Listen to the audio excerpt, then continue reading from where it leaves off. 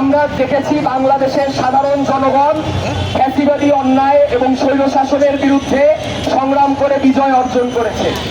এই বিজয়ের একটা অন্যতম স্টেক হোল্ডার ছিল আমাদের দেশের নারীরা।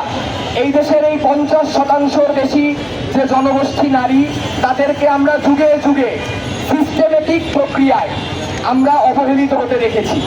আমরা দেখেছি সময়ের সাথে সাথে নারীদের উপর কিভাবে শোষণ, নির্যাতন এবং নিপীড়নগুলো ঘটছে। তারই ধারাবাহিকতায় আমরা দেখেছি জুলাই অভ্যুত্থান পরবর্তী সময়েও এদেশে নারীদের উপর বিভিন্ন রকম সহিংসতা, যৌন হয়রানি ও ধর্ষণের মতো ঘটনা ঘটেই চলেছে। উপস্থিত শুধু এই ঘটনাগুলোর ধারাবাহিকতা থেকেই আমরা কয়েকদিন আগে দেখতে পেয়েছি একটা চলন্ত বাসে, চলমান অবস্থায় ওই বাসের মধ্যে কিছু নারীদেরকে পিছনে নিয়ে গিয়ে সেখানে তাদেরকে ধর্ষণ করা হয়। এই ঘটনা আমরা মনে করি এটা কোনো সভ্য দেশে ঘটা সম্ভব নয়। এই ঘটনা আজকে আমাদের দেশের আইন শৃঙ্খলা পরিস্থিতি এবং আমাদের দেশের যে কাঠামোগত সমস্যা ও নারী নিপীড়ন এবং পুরুষতন্ত্রের যে ফ্যাসিবাদী চরিত্র, সেই চরিত্রগুলোকেই মুখোশ উন্মোচিত করে দেয়। সেই জায়গা থেকে উপস্থিত শুধু আজকে আমরা সবাই এখানে সমবেত হয়েছি।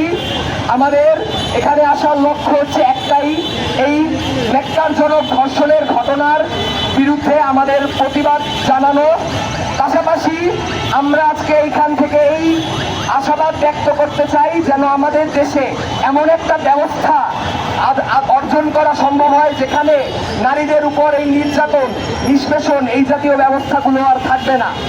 নারীদের সংকট মুক্ত এবং সকল নাগরিকের জন্য একটা ন্যায্য সমাজ পাওয়াই আজকে আমাদের লক্ষ্য। এমতো অবস্থায়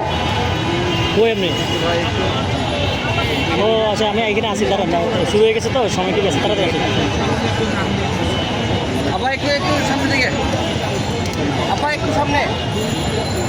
এই অবস্থায় আমাদের বিক্ষোভ সমাবেশে বক্তব্য রাখতে আমন্ত্রণ জানাচ্ছি নারী সংস্কার কমিশনের সদস্য সুমাইয়া আপাকে।